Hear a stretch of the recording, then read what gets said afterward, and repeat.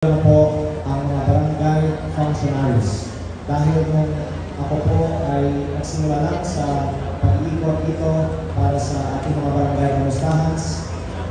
kay Mayor Joseph Gahico po natutunan ang importance ng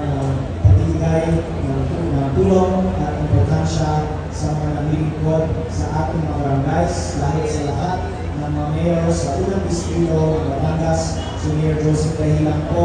ang dating barangay captain na naging mayor na siya po ay pinaka-nakakapinawa sa mga pangangailangan ng ating mga barangays at sa kapakanan ng mga barangay functionaries ng ating bayan. So we are today in our 7th barangay kamustahan and the first among many more to come,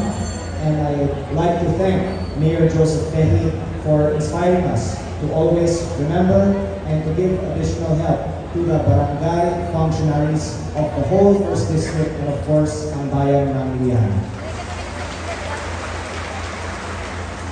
Maraming salamat po sa lahat ng iba nating mga kaibigan po dito sa ating stage, kay Vice Mayor Roman Daviste, of course, bilang kaibigan ang ating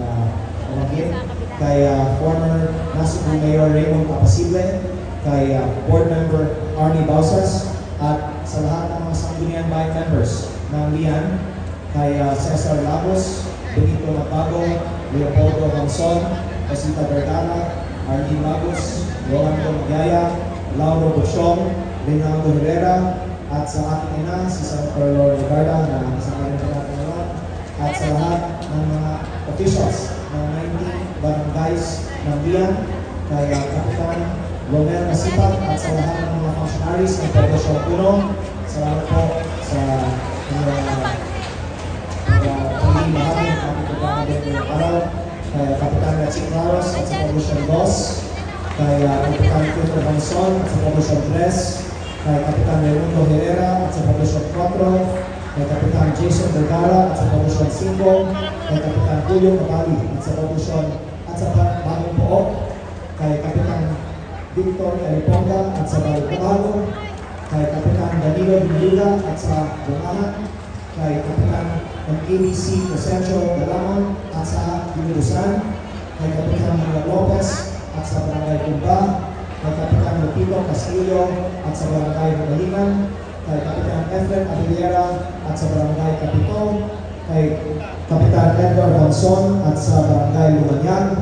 kay Kapitan Alvin de los Reyes at sa Barangay Loyahan, kay Kapitan Federico Robles at sa Barangay Malaruhatan, kay Kapitan Marvin Pineza at sa Barangay Matarangkay,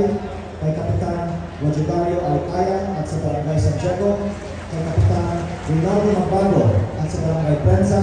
at kay Kapitan Luisito Buisan at sa Barangay Pekitaho. Ngayon umaga tayo po ay nagkaroon ng ceremony sa completion ng works para sa bagong daan, ang gano'n natin natuloy ang bagong